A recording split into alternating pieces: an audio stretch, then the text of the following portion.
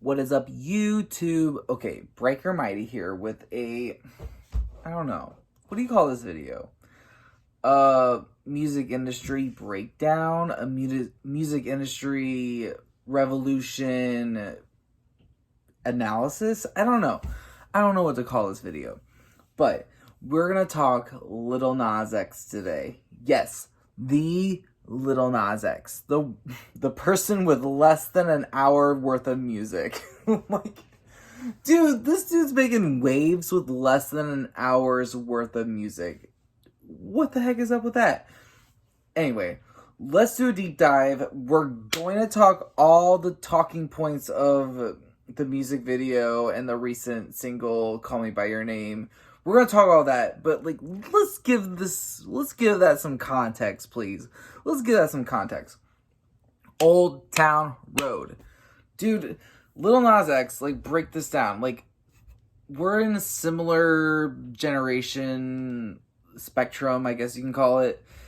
We were raised on the internet. I was not raised on the internet. I remember the times of, like, television, time zones, and all that stuff, of not really being access to the internet as much as kids these days are.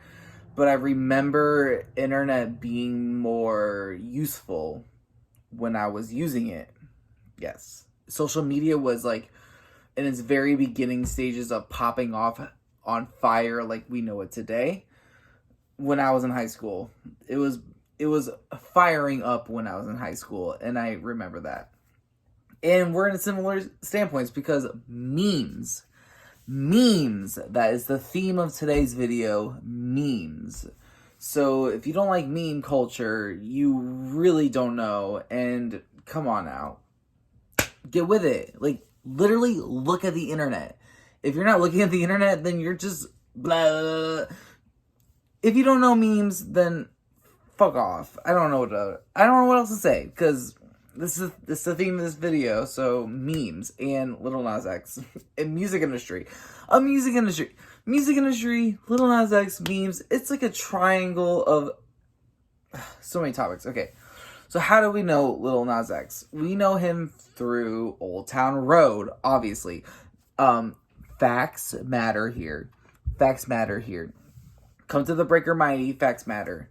19 weeks. On number 1, unseating Mariah Carey on One Sweet Day, featuring Boyz II Men. That was a very strong feat to overcome. And he overcame it like maybe 4 weeks, 3 weeks, 2 weeks. I don't know her record, but I know he smashed that record. And it's really hard to oversee it. It's going to be really hard to oversee it. And I dare anyone try to oversee it. I dare them, because I really want another culturally resetting song. That's all I really want. That's all I want right now. I want something to culturally reset everything. Also, okay, 19 weeks. Yes, okay. The beat was made by young Keo on the track. Like, I want to give credit to him. Credit to him and Lil Nas X. They found each other at the right time, right moment. But credit to the producer. Producer made the thing a smash. And Lil Nas X just like sprinkled upon it and went boom. It became its own thing. Basically, that's what happened. He sampled 9 Inch Nails and didn't even know what 9 Inch Nails was. Okay, like, what? He's like, yeah, they make pretty good music. And like, I liked it a lot. So I sampled it. And it's 9 Inch Nails, dude. What the heck? Oh, anyway, so when I heard this song through Twitter, actually. Twitter, same thing as Doja Cat, separate entity, might cover that later. But similar as Doja Cat, I heard this song through, like, meme video culture. And I was just like, what is this song? And I just, like, Google it, and then the results pop up. And fun fact, he was, like, creating those results. He was making Reddit posts, Yahoo Answers, like all those like kind of question forum sites of like, what's that one song that go like he made that. He is such a pioneer of meme culture, in such a very retroactive way that, like, I think every artist should be taking account for. They're not doing enough work. The music labels aren't doing enough work. Hello? Music labels, step your shit up. You're awful to your artist, but at least fucking muster up and stop offering big ass sponsorships and shit like that of consumerism, capitalistic culture, and just like feed into like the internet. The internet is, well, free, but like the internet has such a wild west of trends that you can be feeding upon here and there. And that's exactly what Lil Nas X did. He played y'all. He played y'all with that internet infiltration bullshit. That's what he did. And once it got enough traction, Billboard was like, this ain't a country song. We can't have this on the country charts. Ring-a-ding. Billy Ray Cyrus. Let's get into Billy Ray Cyrus right now. Billy Ray Cyrus entered in my life at this state in particular. We're going to get into her in a second. But this state in particular, I did not know who Billy Ray Cyrus was.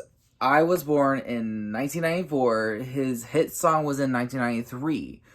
I had no clue what Billy Cyrus was until he starred on Hannah Montana, which was my introduction to Miley. That's the state right here. Miley, I'm a huge Miley stan. Video coming soon. But he had a number one hit with Achy Breaky Heart. I was about to say I Want My Mullet Back, but that's not it. Achy Breaky Heart, he had a number one hit. Everyone was sick of him. He's a one-hit wonder. Country bumpkin, one-hit wonder. Wah. Comes back with a remix of a rapper, singer, country hit song. Hits number one for 19 weeks. Freaking Billy Ray Cyrus.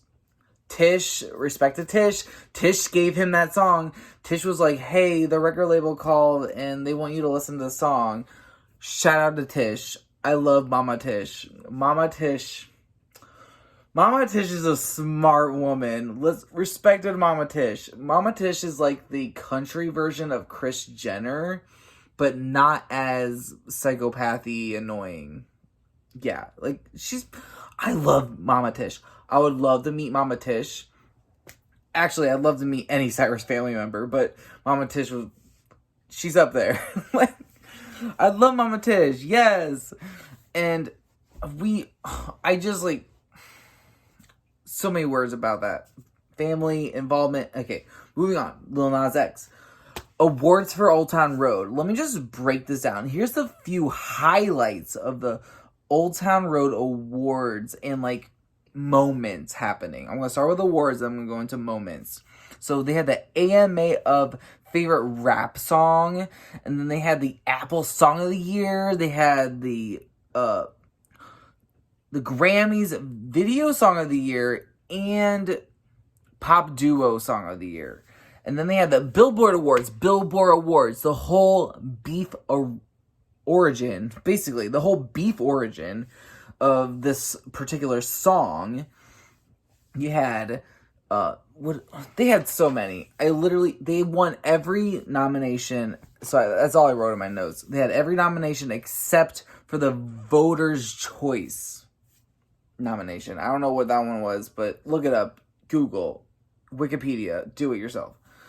This is a few facts there. Okay, now we're gonna move on to the album of the song was included into, which is not an album. It's an EP. It's listed as an EP. In my opinion, it's an EP. I'm still waiting on the Lil Nas album. I really want a Lil Nas album. I'm talking like more than 40 minutes. That's all I'm asking. More than 40 minutes. Give me more than 40 minutes of your time. We'll get into that later about time. Time is a concept with him. We'll get into that later. Panini. I love Panini. Panini is such a great song. It's a great song. Has a cool ass sample. Nirvana. I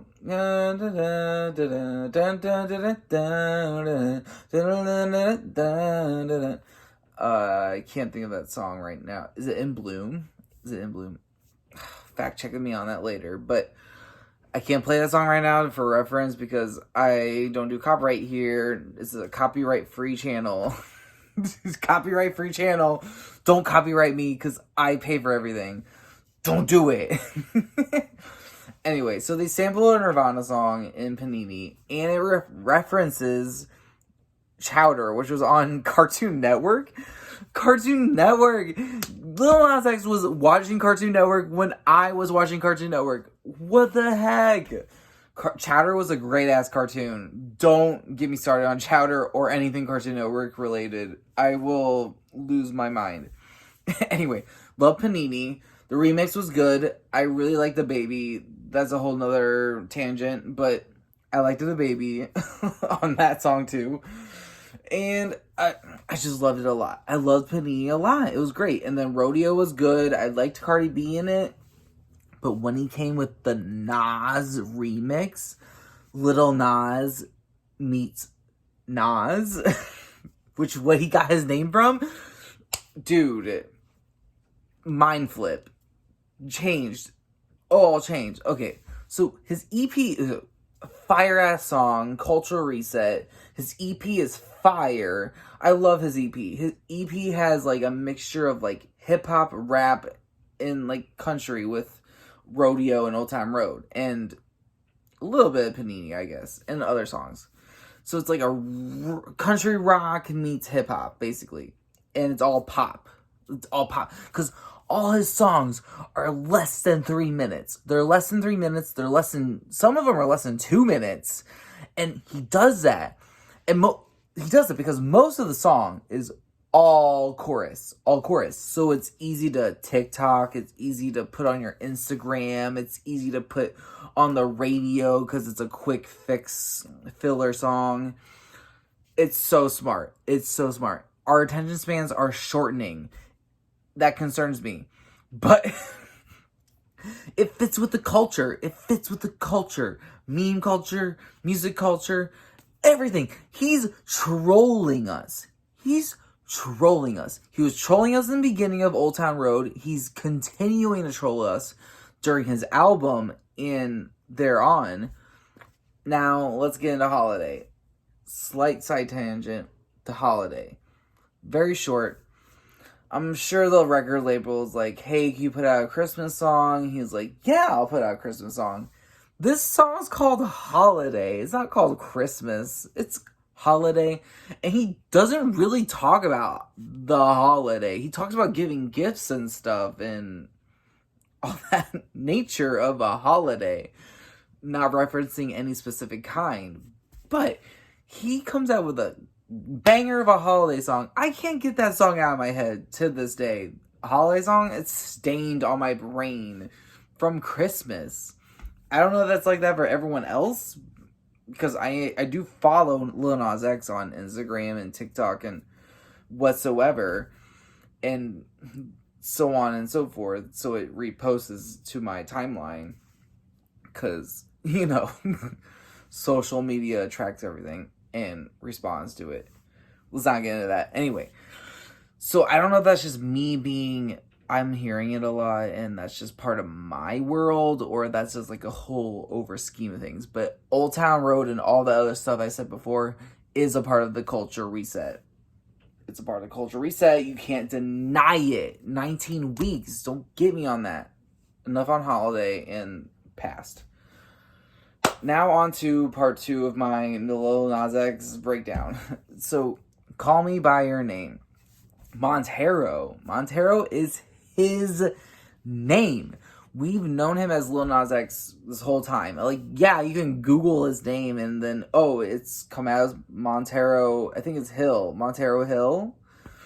And, bro, he said he watched the movie that references the song of the name, or the song of the name references the movie. That's it. And then it was his first like LGBT movie that he's ever seen, and he's like, I was so inspired by it, I need to write a song about it.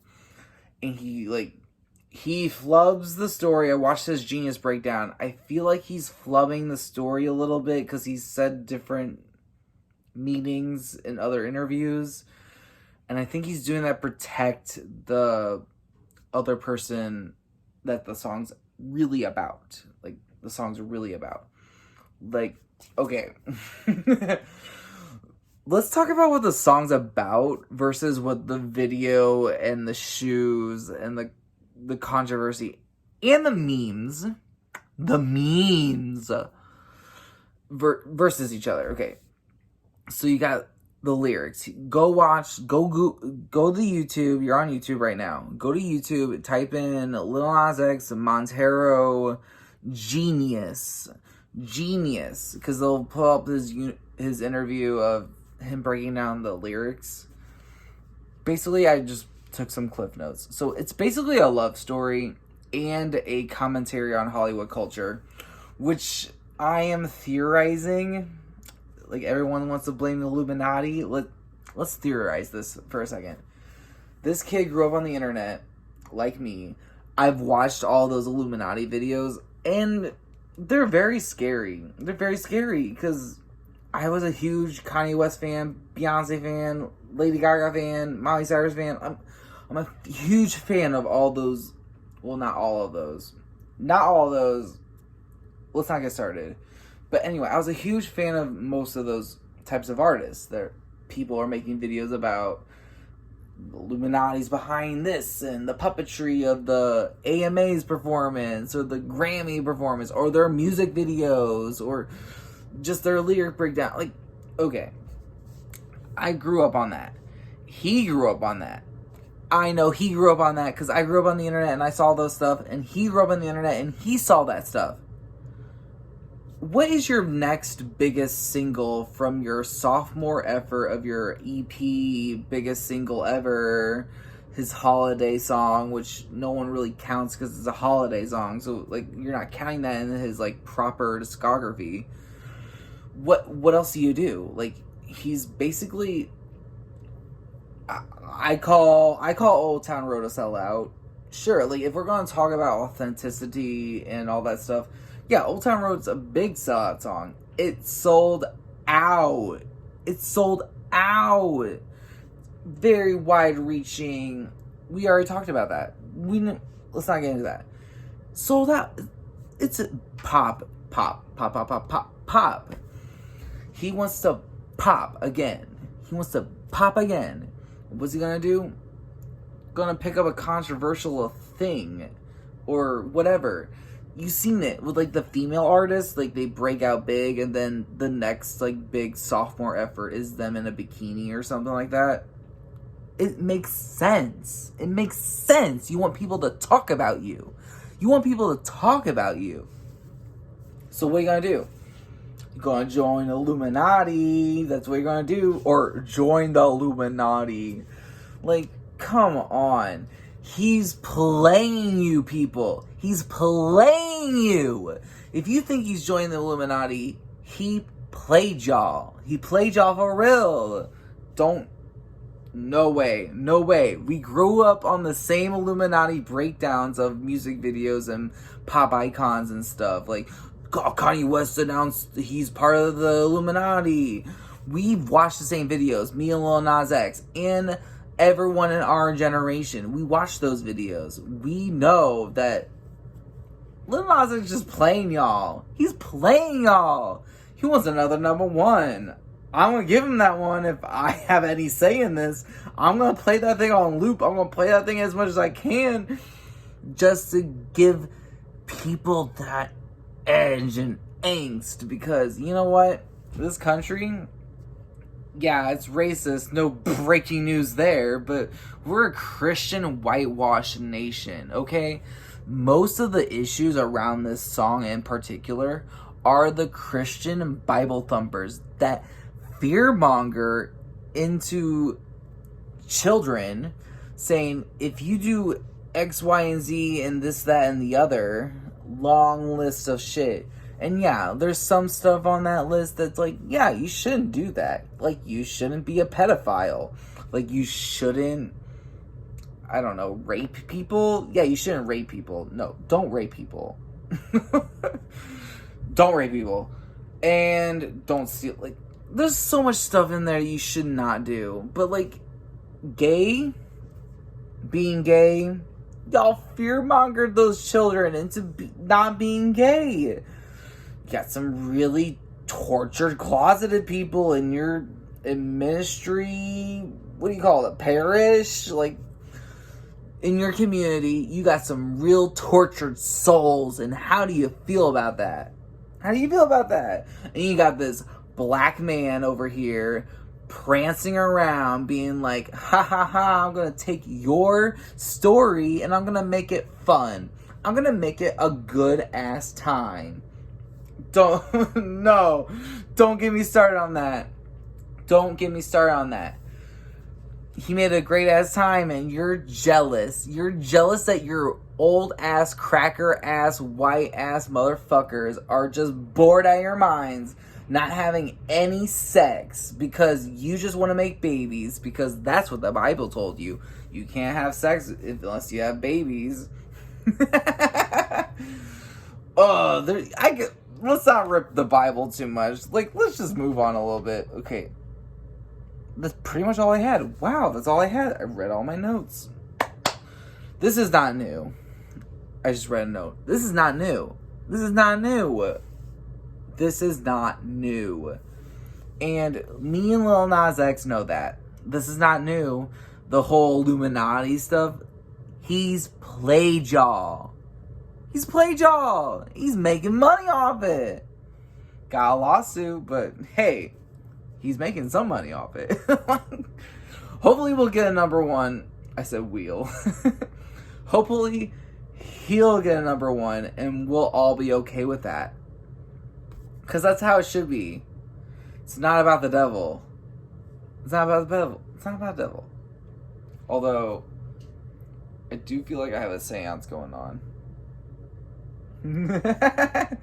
Until next time, Breaker Mighty. We might have a ritual going on here later.